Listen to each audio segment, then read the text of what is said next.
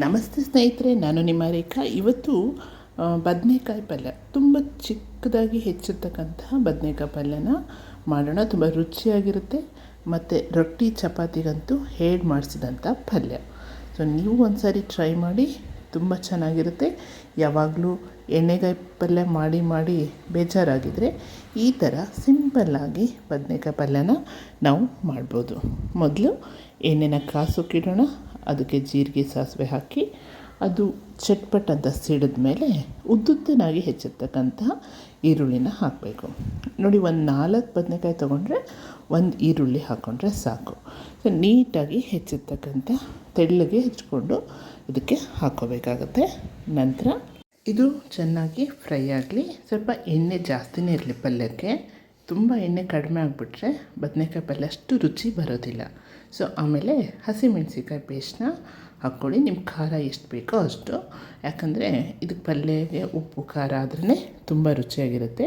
ನಾನೊಂದು 2 ಸ್ಪೂನ್ ಹಸಿಮೆಣಸಿಕಾಯಿ ಪೇಸ್ಟ್ನ ಹಾಕ್ಕೊಂಡಿದ್ದೀನಿ. ಇದು ಕೂಡ ಚೆನ್ನಾಗಿ ಕರಿಬೇಕು. ಆಮೇಲೆ ನಾವು ಹೆಚ್ಚಿಟ್ಟಿರ್ತಕ್ಕಂಥ ಬದನೆಕಾಯಿನ ಇದಕ್ಕೆ ಹಾಕಿ ಎಣ್ಣೆಯಲ್ಲಿ ಫ್ರೈ ಮಾಡಬೇಕು. ತುಂಬ ಅಂದರೆ ತುಂಬ ರುಚಿ ಬರುತ್ತೆ ಹೀಗೆ ಎಣ್ಣೆಯಲ್ಲಿ ಫ್ರೈ ಮಾಡಿದಾಗ. ನೆಕ್ಸ್ಟ್ ನಾವು ನೋಡಿ, ಈ ರೀತಿ ಫ್ರೈ ಆದಮೇಲೆ ಇದಕ್ಕೆ ಉಪ್ಪನ್ನು ಎಷ್ಟು ಬೇಕೋ ರುಚಿಗೆ ಅಷ್ಟು ಹಾಕ್ಕೊಳ್ಳೋಣ.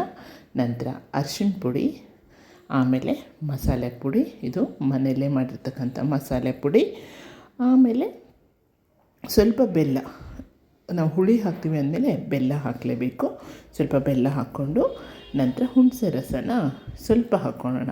ಒಂದು ಅರ್ಧ ಬಟ್ಲು ಹುಣಸೆ ರಸನ ಹಾಕ್ಕೋಬೇಕು. ಇದು ಕೊನೆಗಿರುತ್ತಲ್ಲ, ಅದೆಲ್ಲ ಕಸ ಅಂಥದ್ದು, ಅದನ್ನು ಹಾಕೋಕ್ಕೆ ಹೋಗಬೇಡಿ. ಸೊ ಇದಿಷ್ಟಲ್ಲಿ ಇದು ಚೆನ್ನಾಗಿ ಕುದಿಬೇಕು. ನೋಡಿ, ಚೆನ್ನಾಗಿ ತುಂಬ ಮೆತ್ತಗೆ ಕುದಿಸ್ಬೇಡಿ. ಸ್ವಲ್ಪ ಗಂಡಿರುವಾಗಲೇ ಕುದಿಸಿದ್ರೆ ತಿನ್ನೋಕ್ಕೆ ತುಂಬ ರುಚಿಯಾಗುತ್ತೆ.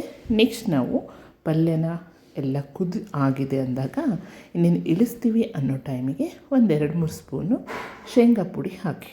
ತುಂಬ ಅಂದರೆ ತುಂಬ ಟೇಸ್ಟ್ ಕೊಡೋದೇ ಈ ಶೇಂಗಾ ಪುಡಿ.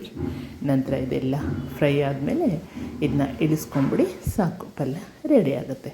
ಇದನ್ನು ನೀವು ಬದನೆಕಾಯಿ ಪಲ್ಯನ ಚಪಾತಿ, ರೊಟ್ಟಿ ಯಾವುದಕ್ಕಾದರೂ ತಿನ್ಬೋದು. ತುಂಬ ಅಂದರೆ ತುಂಬ ಟೇಸ್ಟಿಯಾಗಿರುತ್ತೆ, ತುಂಬ ಸಿಂಪಲ್ಲಾಗಿರುತ್ತೆ. ಒಮ್ಮೆ ಮಾಡಿ ನೋಡಿ. ಮತ್ತೊಂದು ವಿಡಿಯೋದೊಂದಿಗೆ ಸಿಗ್ತೀನಿ. ಧನ್ಯವಾದ ಸ್ನೇಹಿತರೆ.